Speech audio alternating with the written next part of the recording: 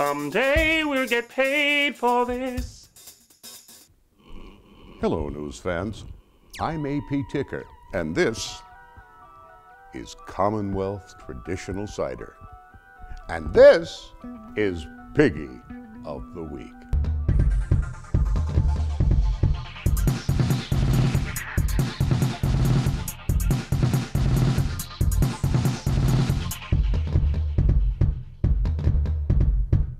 You know, folks, every Christmas some heartwarming story shows up in the news. This year, it was Larry DiPrimo, the good-hearted New York cop who purchased a pair of $100 boots for Jeffrey Hillman, a homeless Army veteran who was sitting shoeless and wrapped in a blanket in Times Square.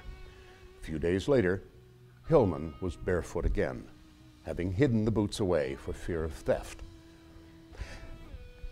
As it turns out, Hillman was not homeless and has an apartment in the Bronx funded by federal Section 8 rent vouchers, Social Security disability, and veterans benefits.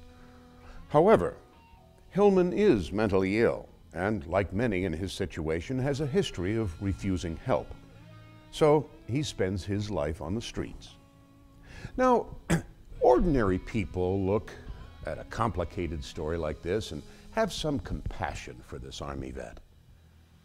But here in Philadelphia, we have Christine Flowers, who's always shoving her Catholicism up your nose when it comes to abortion, birth control, gay rights, and anything else that offends her conservative sensibilities.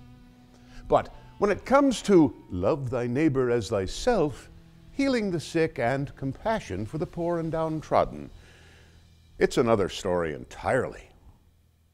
That there are so many people out there able to impose upon our better angels and then make a mockery of our goodwill, like the big-footed clod in Times Square, makes it that much harder to feel empathy. That was Flowers, as she wrote in the Phillies Daily News last week. For good measure, she added, and once again, here she is. It only took a few days to realize that once again, pearls had been thrown before swine. That fellow in Times Square did not deserve the kindness shown to him by the police officer. It does, however, show us that saying, "Whatsoever you do to the least of my children, you do to me," doesn't always translate well on the mean streets. Bless her hypocritical Christian heart. Note to Christine, nowhere in the Bible does Jesus distinguish between the deserving and the undeserving poor. In fact, he says quite the opposite in the Sermon on the Mount, which conservatives have such a hard time remembering. And I quote, "Give to him that asketh thee, and from him that would borrow of thee, turn not thou away." So, congratulations to you, Christine Flowers.